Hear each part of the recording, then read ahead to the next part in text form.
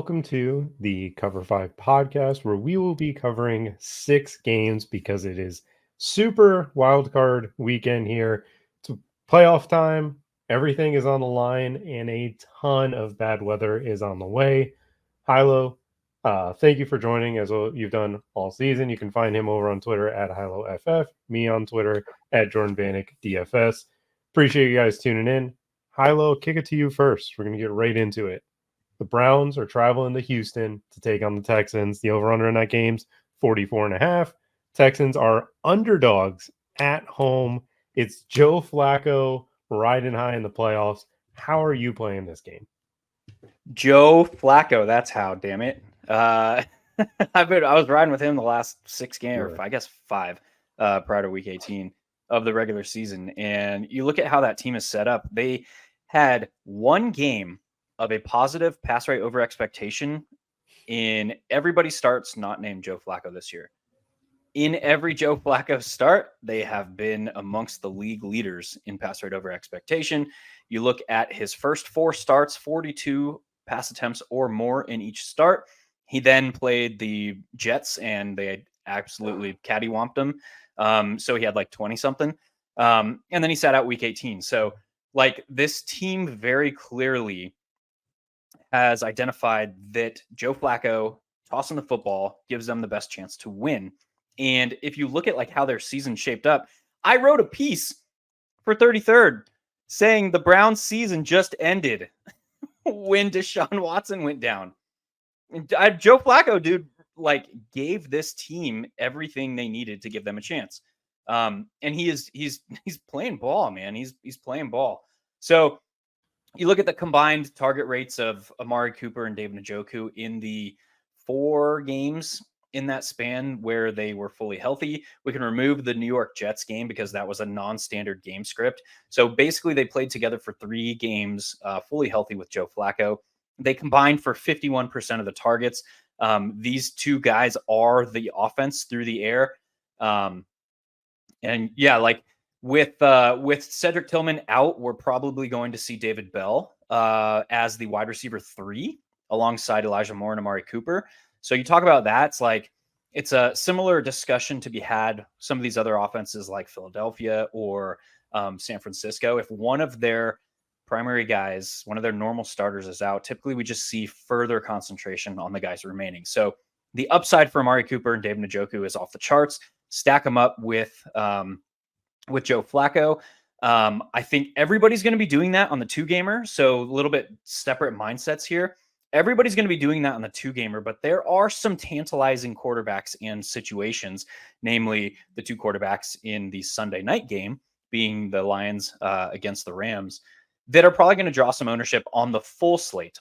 So the way that I think is most optimal to play this situation is stack up Joe Flacco, double him on the full slate.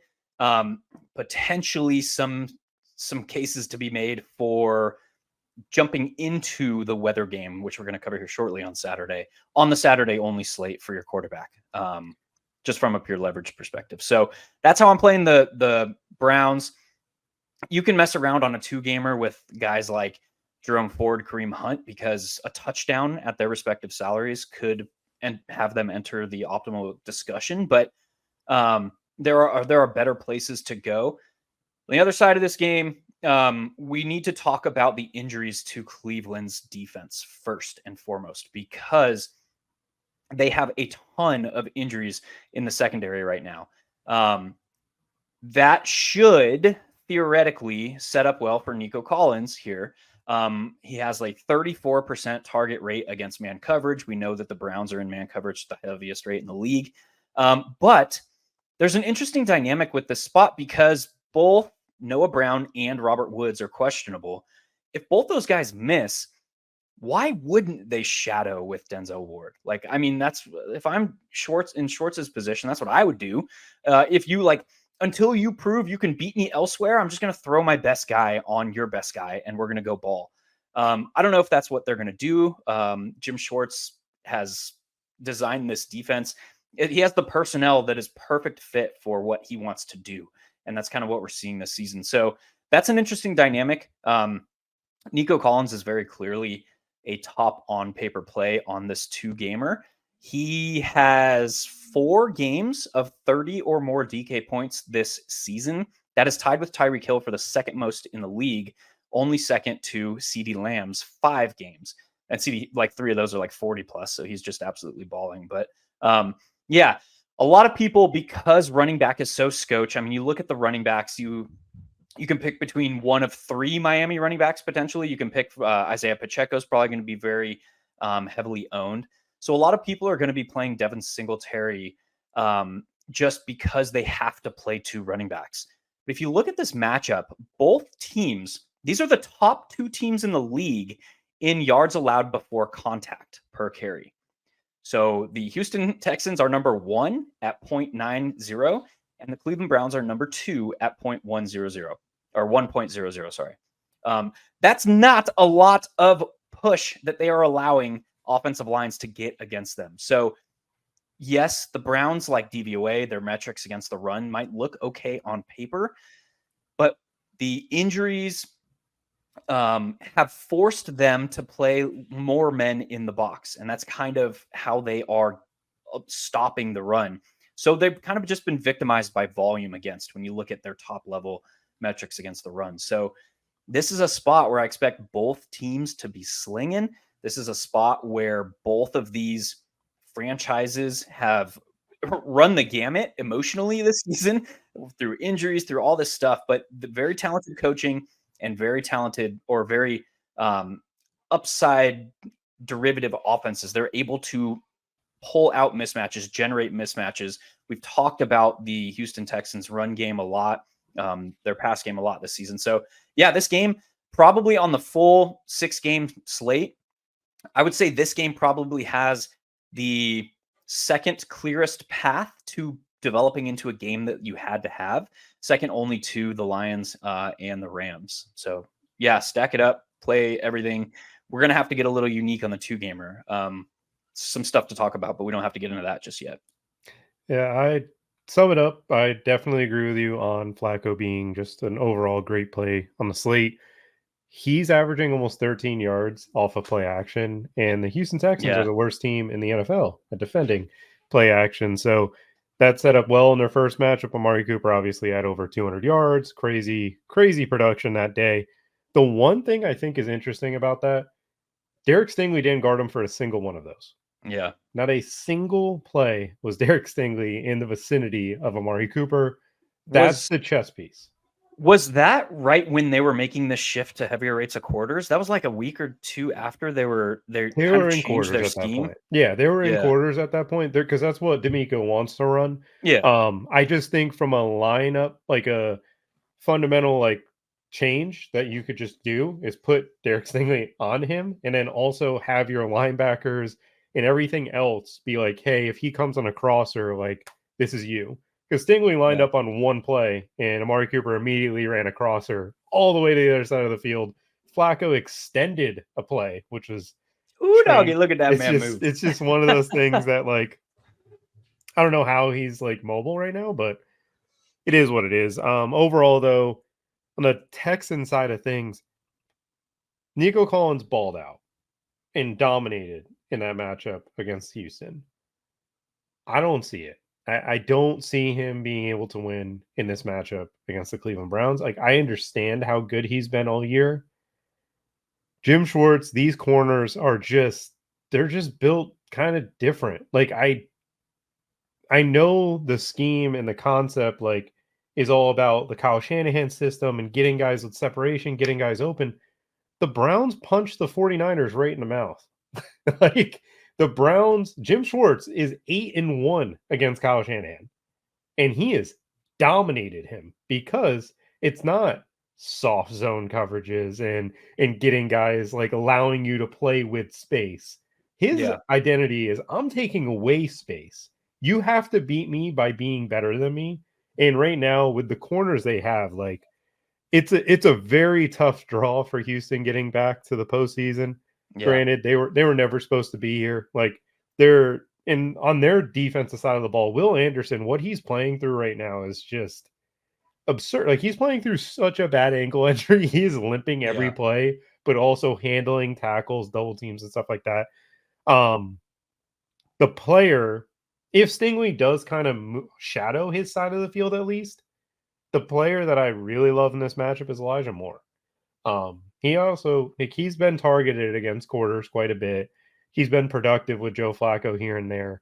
He's more of the 2-game slate play than the big slate just because of what his ceiling is. But overall, like, it wouldn't shock me if Elijah Moore made multiple big plays, especially if Derek Stingley actually went to Amari Cooper's side, because Steven Nelson's not good in coverage, but Derek Stingley is one of those guys that I fully expect to be not with Amari Cooper stride for stride, but be able to take away the just go routes that he was running and getting open on.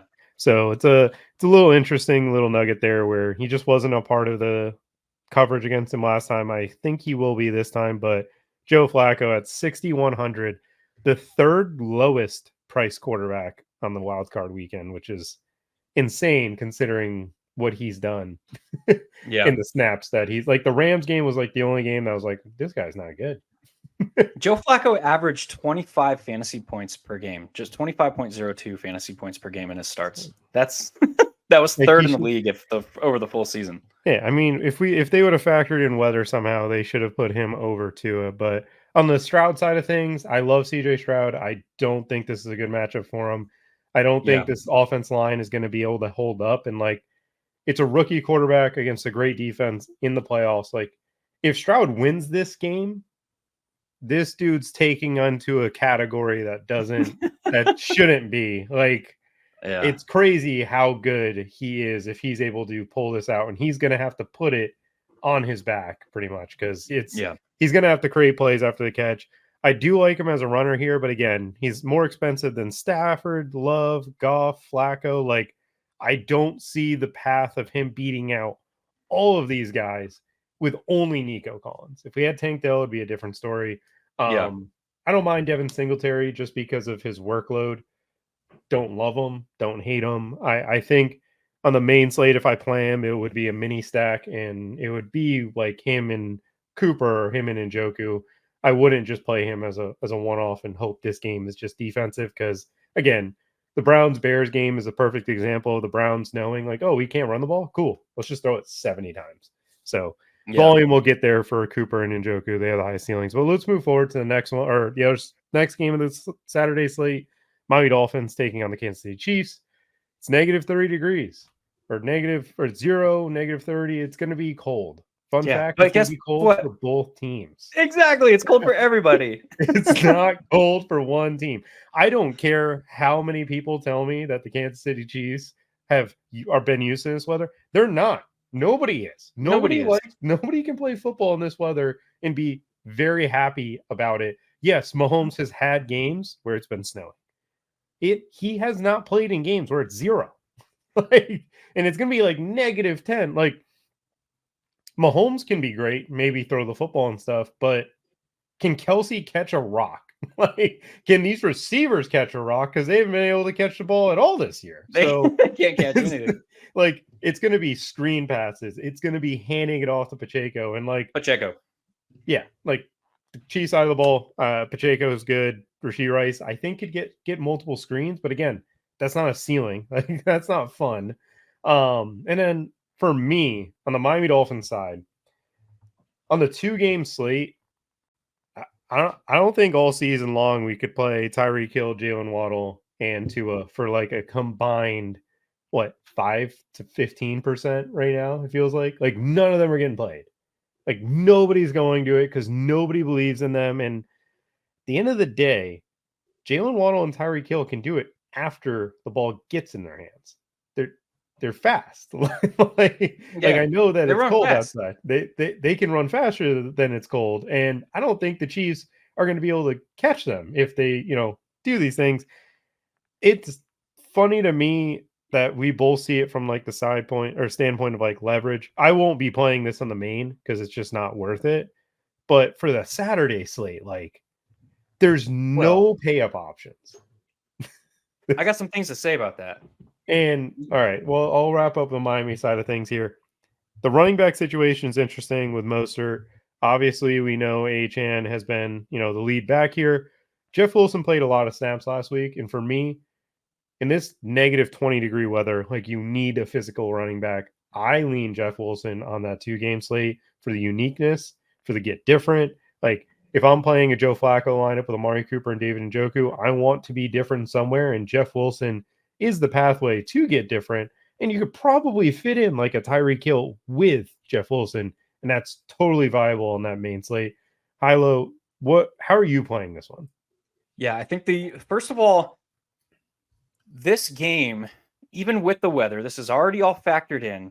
This game has a 0.5 game total lower than the morning game. Yep. Browns, Texans, 44.5. Dolphins, Chiefs, 44. That's with the weather factored in. So if Vegas is telling us that it's an effective coin flip, it's ace, king versus queens, it's 51% to 49%, which game is going to score more points? Why would we not listen to that? Why would we not play Tyreek Hill at 20% ownership on a 2-game slate? When has that ever happened? Never. Why would we not? This is the most interesting thing to me. I think that those guys should be played on the full game, on the full 6-game slate. You're going to get those guys at 5% ownership on the 6-gamer. You're going to get them at 20, 25% ownership on the 2-gamer. So is it more beneficial? Because if Jalen Waddle and or Tyreek Hill hit, they're going to hit really freaking hard. And if they hit really freaking hard, is it most beneficial on a 2-game slate where the field is forced, like they're going to feel forced to play them at some rate? Or would it be more beneficial to get a 40 burger from Tyreek Hill at 5% ownership on a 6-game slate?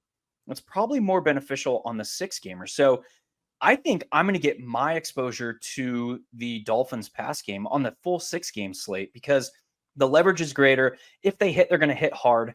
If Tyreek Hill goes for 30 points, it doesn't really buy you much. You can probably get that with a Cooper Kupp or a Puka Nacua. Most definitely with a CeeDee Lamb, Amon-Ra St. Brown. So it's not buying you as much. If he hits for a 30 burger on the 2-game slate, you might need that, you might not. He's the highest priced player on that slate. So what we really are playing him for is his elite 40-point, 45-point ceiling that is the true separator. And if that happens, it's most beneficial on the 6-gamer. So that's like the theoretical thought process behind like how I would be approaching that. But I agree, man. The Kansas City Chiefs have some interesting pieces as well. Isaiah Pacheco, probably not going to be played a whole ton on the 6-game slate for similar reasons. Everyone sees this like the last time these two teams played, they played 21-14. Now they're doing it in sub-zero weather, wind chill factor of -30. Like, get out of here, dude. I'm not going to play that. Well, why not? What that is probably going to lead to, and it's the same discussion for the Buffalo Bills, who we're going to talk about here in a little bit, is more screen passes, is more down and dirty, is more guards and tackles pulling to double to create a hole for a Isaiah Pacheco who runs like a freight train to hit the open field, because it's going to be very hard to tackle 4.3 speed in the open field. Same thing with Devon Chan. A little bit, he's a smaller guy. He's not as beefy as Isaiah Pacheco, but same idea. Like the game plan for these teams should be to get these guys past the first level into the open field.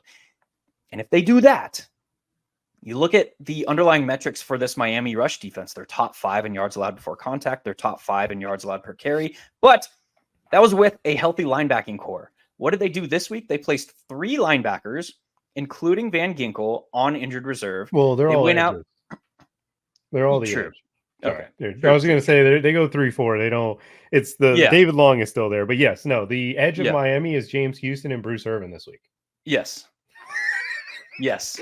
Off of their couch. Hilarious. Yeah. Off of their couch. It's really bad. And both starting safeties, who also are responsible in this scheme for stopping the run, are questionable. They did not practice at all. That includes Javon Holland. Oh, by the way, and Xavier Howard is out. This team is beyond injured. Like we talked about Cleveland, they're a little banged up. The Miami Dolphins are injured. Their defensive metrics don't matter right now. Like No. I don't think I refer to any of their defensive metrics in the main slate piece just because like why? Like what's the purpose of like for me it's like why do we refer back to that Cleveland Houston game for Houston's offense when like It was Stroud like didn't play? It week doesn't 8, matter. week 7. Yeah, exactly. Like Stroud literally didn't play against Cleveland, so like we shouldn't be talking about that. Like we could talk Yeah. about it from the flip side, but no, it's one of those things that yes, it's ridiculous. I don't like it at all. Yeah. So Pacheco, one of the top plays on the 2-game slate for sure, potentially on the full slate as well. And then, I mean, Rashee Rice has seen 9 targets or more in 5 of his last 6 games. Didn't do so last week, but he still put up 100 yards through the air. 4 of his last 6 games, he's gone over 100 yards or scored a touchdown. He's done that together once. And I use the last 6 games because that's when he started seeing more of a full-time role when they were trying to quote unquote simplify their offense. Kadarius Toney is questionable. What's new? Mecole Hardman likely not going to play a whole ton. So it's like Marquez Valdes-Scantling, Rashee Rice, and Justin Ross is out. So who else do they have? It's got to be Travis Kelce. It's got to be Isaiah Pacheco, and it's got to be Rashee Rice in this spot if the Chiefs want to avoid the upset. So that's kind of where I would leave my primary exposure. Obviously, for GPPs, for MME stuff, dipping a little bit deeper than that. But one of the most interesting aspects to me is Patrick Mahomes, dude. Like Patrick Mahomes is expected to be the 3rd highest owned quarterback on the slate. Both CJ Stroud and Joe Flacco expected to garner more ownership than Patrick Mahomes. Patrick Mahomes has the highest projection. He has the highest median. He has the highest 88th percentile. He has the best range of outcomes of the 4 quarterbacks on the slate. Yeah, it's cold. So what? The Chiefs are still probably going to pass the football. They played 17 games this season in the regular season. They had 1 game of a neutral pass rate over expectation. 16 games were positive pass rate over expectation. So they very clearly want to throw the football. I don't think the cold is going to prohibit them from doing that. We just talked about the edges are all out for Miami. Their secondary, 3 of their primary contributors are either out or questionable without having practiced. So yeah, play Patrick Mahomes, dude. Play Patrick Mahomes with Rashee Rice and Travis Kelce. Play Patrick Mahomes with Travis Kelce and Isaiah Pacheco. Because Isaiah Pacheco, sorry, I'm trying to go really fast on this, but Isaiah Pacheco has played 4 games this season without Jerick McKinnon in the lineup. One of those was the weird loss to the Raiders in week 16 or 17. I can't remember. 16. I don't know. In the other 3 games, he saw running back opportunity totals of 20, 22, and 25. So he goes from a lead back to a no-shit workhorse back when Jerick McKinnon is not in the lineup this year. That is notable. So Rashee Rice volume, Travis Kelce volume, Isaiah Pacheco volume. Play some of those guys with Patrick Mahomes, man. That's how I'm seeing that side. That's fair. I mean, I would if I'm playing Patrick Mahomes, Pacheco and Rice would be an interesting stack. I think I would not do that on the main just because I don't know. Like Pacheco catching touchdowns terrifies. Pacheco catching the ball. I know he's getting screens. I know he's been getting a lot more love, but still one of those things that's just super, super strange. But let's move forward to the main slate or the Sunday slate where the games are a lot more fun because they're inside. But we got to kick it off with another game where we can't even see the field right now. And they're asking for people to come shovel the snow in the Buffalo Bills Pittsburgh Steelers game. I'll tell you this, from my point of view, there's a running back that I love in this game, and it is Jaylen Warren. I do not like Najee Harris in this one, and this is the simple reason. Obviously, we know the Bills run the nickel package on pretty much every play. They don't put linebackers on the field. They play with 3 safeties. Those safeties close out at top speeds. When Najee Harris is way too slow to handle people who come down with speed and they tackle him at the line of scrimmage all the time. Jaylen Warren is averaging almost 6 yards per carry against nickel packages this year because he's just breaking that big run. Jaylen Warren maybe height smaller than Najee Harris. He's about the same weight. Like, he runs through the arm tackles of safeties. He runs through those types of, systematic play calling. And for me, when it comes to the Pittsburgh Steelers, they want to run the ball. They're going to run the ball as much as possible because they know this weather is awful and they know they just want to get a 1-score game going into the fourth quarter because that is when they are built to win those games.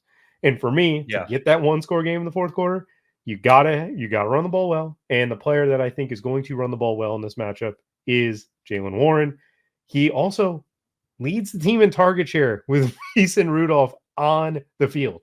That is just crazy because he doesn't play a full-time snap. He just gets these swing passes and stuff. And it's really weird because Najee Harris leads them in receiving touchdowns with Mason Rudolph as the quarterback. Super strange stuff going on. For me, the Steelers side of things, I'm going with Jaylen Warren over Najee Harris. I'm going with Jaylen Warren on that Sunday slate because I think that they can run the ball against this Bills defense. Hilo, I'm sure you're going to be playing the Steelers differently. I also, last note, I see this as the Mac Jones Patriots playing Buffalo in Buffalo when it was like 0 degrees way back like 3 years ago. And Mac Jones attempted 3 passes. Like, I think there's a chance that the Steelers go in with that philosophy on offense. Hilo, how are you playing the Steelers offense? Yeah, I don't hate that. I made funny faces at you when you said Jaylen Warren, but he is the player most likely to succeed from the Steelers. I also like sprinkling in the Pittsburgh defense. I mean, we've seen Josh Allen be turnover prone on a 3-game slate. If the defense scores a defensive touchdown, they're highly likely to be optimal. So that's totally fine as well. George Pickens is very enigmatic, we'll say, on the slate. He got everyone excited because he had 2 solid games in a row where we went over 100 yards with Mason Rudolph, and then he laid an absolute clunker stinker in week 18. And now the field is like, we're not touching him. On the full 6-game slate, he's under 1% projected ownership right now. That's probably a mistake. Just for his pure upside. Like, cost considered upside, he's probably in the discussion for top 3 wide receivers from a cost basis versus raw ceiling perspective. So that's just a plumb mistake. And on this 3-gamer, I think you can do some interesting things because, the weather, the Bills, or the scary Bills at home, people are just not going to want to. People are just riding off the Steelers. Like you said, the Steelers, I mean, they made the playoffs with a negative point differential this year. That's who the Steelers are under Mike Tomlin. They're just going to out-grit and try and outwork you and get the game close late and then try and pull a rabbit out of a hat. They've done that to some extent this year. They're in the playoffs. They're in the playoffs. Yeah. They went around the world to get there, but they're in the playoffs. Yeah. So I don't think it's necessarily right to just write off the Steelers. I think their defense is very interesting, playing in the cold. They're used to the cold, whatever, it doesn't matter. But their style of defense is very in your face. Similar discussion. It's not the same scheme as Jim Schwartz uses, but it's a similar kind of mentality where they are in your face. They are swarming to the football. They are hawking. They're ball hawking. This is a team where, like, you'll see it time and time again, like elbows and punches coming in at the football after the whistle's blown because they are just going full speed after the football on every single play. And that's just kind of who Mike Tomlin is and how he is as a coach. So yeah, I like that. Jaylen Warren, I like that. On the other side, I think we should be interested in both Jaylen Warren plus the running back from the other side here in James Cook. We saw James Cook be utilized or emphasized a couple of different times this season. The first one was against the Kansas City Chiefs, where he had 5 targets in the first half, went for like 89 yards or something and a score on those 5 targets. And what's interesting about this spot is Gabe Davis is out. So are they just going to say we're going to emphasize Dalton Kincaid? Are they going to, I don't know. So he's very interesting to me, James Cook. And I think Josh Allen may be super expensive, but that's kind of where my interest in this Bills team ends. Yeah, I like James Cook a lot. I like Kincaid just because the Steelers can't guard slot tight ends. They've struggled with it all season long. So if Kincaid is going to, if the Bills are going to be throwing the ball, I think it's Kincaid. And also, as we can see now, Josh Allen just doesn't know how to throw to Stephon Diggs. He sees like a completely different jersey when he tries to throw to him. Stephon Diggs couldn't have been more wide open for an 80-yard touchdown against Miami. Yeah. Jalen Ramsey on the side, and Josh Allen just can't throw the ball. Like I'm not putting Josh Allen in that the top tier quarterback play. Just let you know. I'm done. Like he's really good. He's phenomenal. It's just for me, he's Brett Favre, and I'm looking at Peyton Manning and Tom Brady, and I just don't think Brett Favre is on their level of play. You can debate that one in the comments, but that's all I've got for this game. Let's move forward to probably a more, intriguing game. The Dallas Cowboys are taking on your Green Bay Packers. For me, this is a spot where what do the Packers do? They play a lot of soft zone. They're just a zone heavy team. What do the Cowboys want to get you into? They want you in man coverage because they have talent that's going to out talent you. And once you get into man coverage, CeeDee Lamb just gravitates towards the ball for big plays. This isn't a spot for the Dallas Cowboys to be super explosive for me. I think this is a spot where Dallas is just going to be methodical, which is going to eat the game time, eat the clock, and it's going to put in a spot where like the games where CeeDee Lamb's had over 150 yards are games where they get man coverage at high rates. It's the Giants. It's when they played Philly when they were going cover one for some reason against them. It's certain situations like that where you see man coverage and Dak knows immediately where he's going to the ball because that's his best player. This is a spot where whoever finds a soft spot's getting the ball. I don't mind stacking Dak Prescott. I think he's getting overplayed at the moment where he's coming in as the highest owned quarterback on the slate. I think if I'm playing him, it's just him, CeeDee Lamb, and Brandon Cooks or Jake Ferguson. Not really trying to get unique with like a Michael Gallup, Jalen Tolbert. Their roles are just not built for the postseason and not really built to beat the Packers. While Jake Ferguson, you were harped on him for best ball, and he's a guy that red zone touchdowns can very well be there for him. Other than that, I don't have much to add for the Cowboy side of things. Pollard is fine.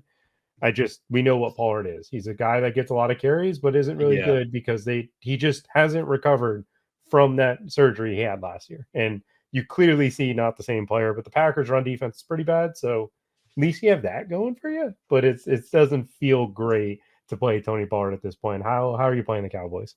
I am not playing Tony Pollard at the highest expected ownership of the running back position, even if there's a fire.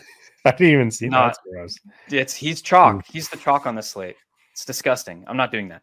CeeDee Lamb is still able to exploit zone. Very clear path to 12 to 15 targets here if they want. There is an aspect of Mike McCarthy might want to stick it to this organization, having coached for them for 7-8 years. I forget how long. So that's interesting. They could keep their foot on the gas here, make a statement. Yeah, it's CeeDee Lamb, it's Jake Ferguson. It's a little less so Brandon Cooks. Brandon Cooks has also been hyper efficient against man coverage, like 0.46 yards or fantasy points per route run against man this year, which is like top 20.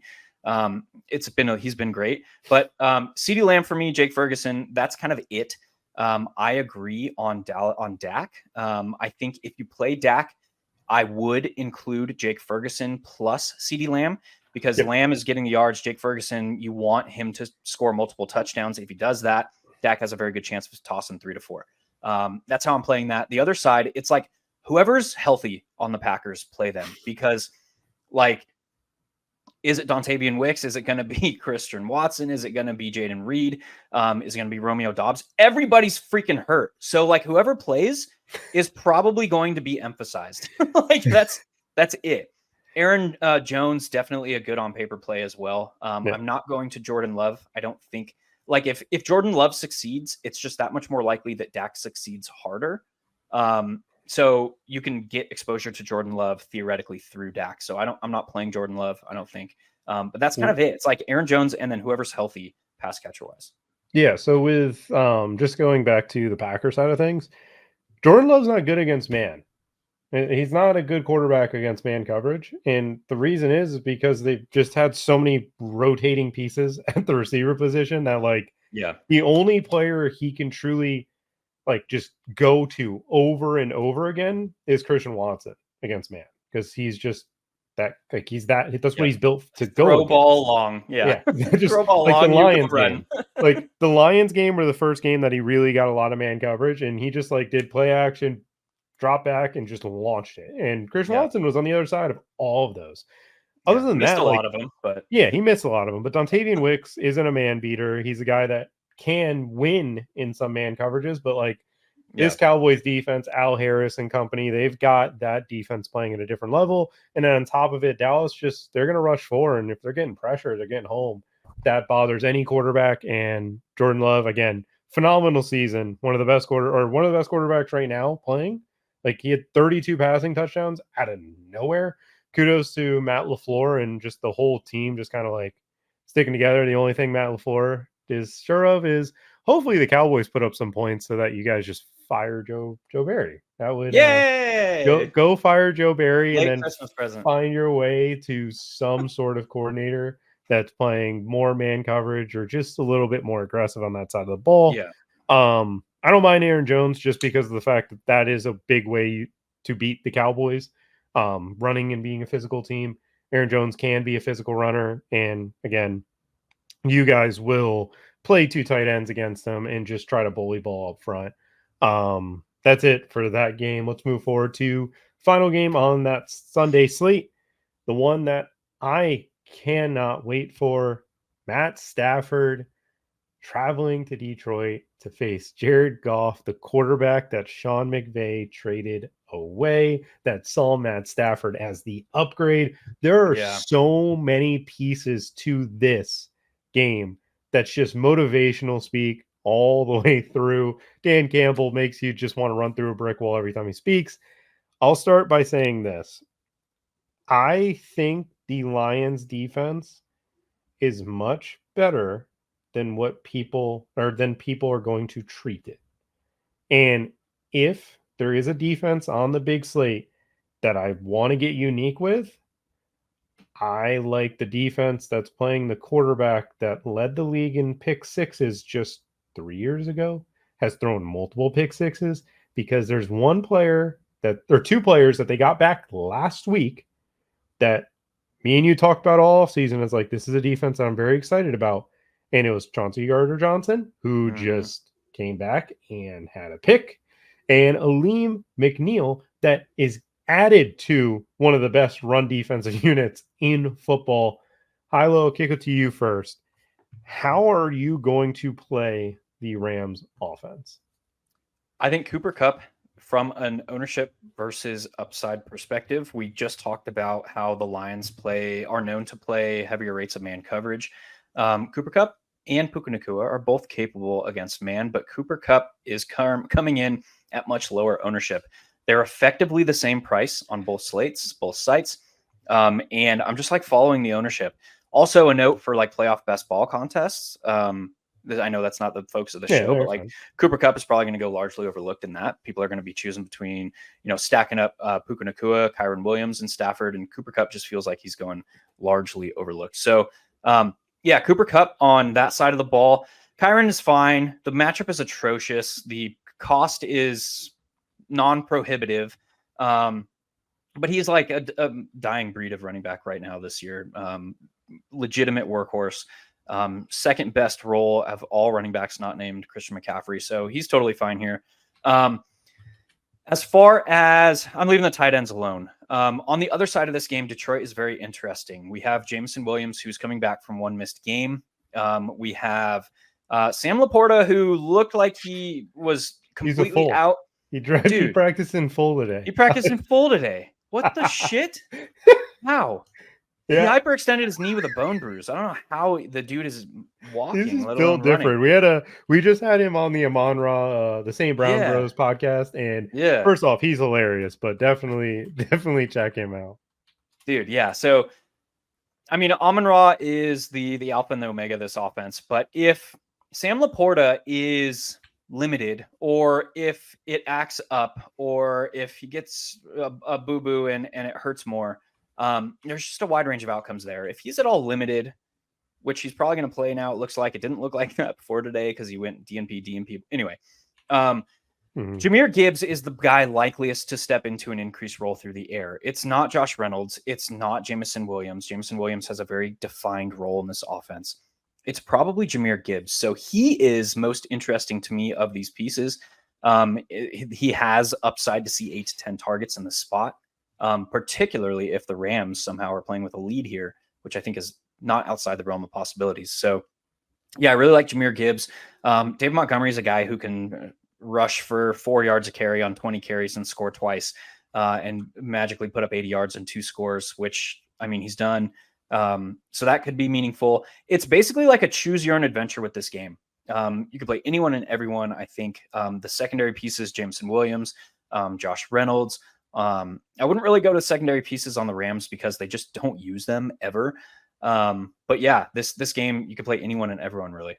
I think if you play Stafford, Demarcus Robinson's got to be a thing. Yeah, his red zone usage is just absolutely insane. He's the highest ownership of any player on the slate. No, yeah, so. No, that's why I said only if you're playing Stafford. Yeah, like I'm not trying to get cute. Like again, it's just one of those things where the closest defense from a schematic standpoint of the Lions is similar to the Rams or the Saints, and we watched Demarcus Robinson kill the Saints, and obviously it was Puka over Cooper Kupp. Cooper Kupp had 13 targets or something crazy. It's just Stafford and him just weren't on the same page. They took a week off last week. I'm sure Cooper Kupp's probably going to look the best he's looked probably all season, as crazy as that sounds. It's just he's battled numerous injuries. But yeah, I agree with you on the Ram side of things. Jameson Williams is my favorite play of the weekend. We've seen me and you Rams getting killed over and over down the field. Jameson Williams will be that. Let's move forward to the last game. There's a lot of uncertainty with A.J. Brown, certain things with Tampa Bay. I think Tampa Bay wins this game, and the way that they win it, the Eagles' run defense hasn't been good lately, and Rachaad White's pretty good. He gets a lot of carries, gets a lot of usage. I think this is a game for Rachaad White, who I believe just had his birthday. On top of that, Mike Evans down the field against these corners with Matt Patricia playing more cover 1 in recent weeks.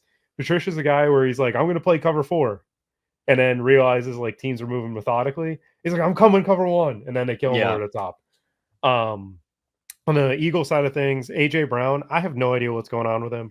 He would be my favorite play of the slate if he just would be on the field, but it's a lot of scary stuff there. Devonta Smith was in a walking boot last week. Like, how healthy is he? So Goddard, and that's about it, because the Buccaneers defense is healthy and they're going to stop DeAndre Swift. I don't think the Eagles are going to be able to run the ball against them. Jalen Hurts rushing touchdowns is probably his path to fantasy relevance, but I'm not going to it on this slate. Ilo, how are you playing this game? Yeah, AJ Brown, to give you a peek behind that curtain, he reportedly deleted everything that mentions the Eagles off of all of his socials. He deleted his Twitter account. He has been very outspoken. It was his brother or his wife's brother or something, like, came out and said, like hit him up on socials, was like, bro, you need to get out of Philly. Like, it's not pretty. He has also yet to practice. He didn't practice Friday. He didn't practice Thursday. He obviously Monday night game, he has one more chance to get on the field, but his knee injury looked like Sam Laporta's. Like, it was not good. And shout outs to those coaches for playing their starters in a meaningless game last week. Anyway, we digress. But yeah, Devonta Smith at least practiced in full this week, starting on Thursday. So he has 2 full practices under his belt. Dallas Goedert is very interesting to me. I agree with you. On the other side of that game, I really like Rachaad White, like you mentioned. I really want to like Mike Evans because this is the perfect schematical matchup for him. But Baker Mayfield is banged the F up. He looked like he could not breathe last game because he has a rib injury. He was huffing. He very clearly looks immobile because of his ankle injury. So, like, add those 2 things together. How healthy is he? I don't know, but it's still better than Kyle Trask is probably the answer. I don't know. But yeah, they're probably, if I had to guess, because Baker's health, And because this would be, even though it's 4 seed versus 5 seed, this would be looked at as a massive upset for the Buccaneers. I think they're going to lean on the run here. And I think they're just going to try and win this game late. And I really like Rachaad White. That's all I've got for that one as well. It's a pretty straightforward game. I know the Buck secondary is something we attacked all year. Simon McCollum's no longer playing on that Buck secondary, so it's a spot where he can get it done. But that is all I've got for the Cover 5, where we covered 6 games from a DFS perspective. Be sure to look out for all of the playoff content we have on the site, all the coaching news, everything that's going on. Check out the 33rdteam.com. Appreciate you guys joining along and listening in. I'm your host. You can find me on Twitter at Jordan Vanek DFS, and you can find my co-host Hilo over on Twitter at HiloFF. Thanks, guys. See ya.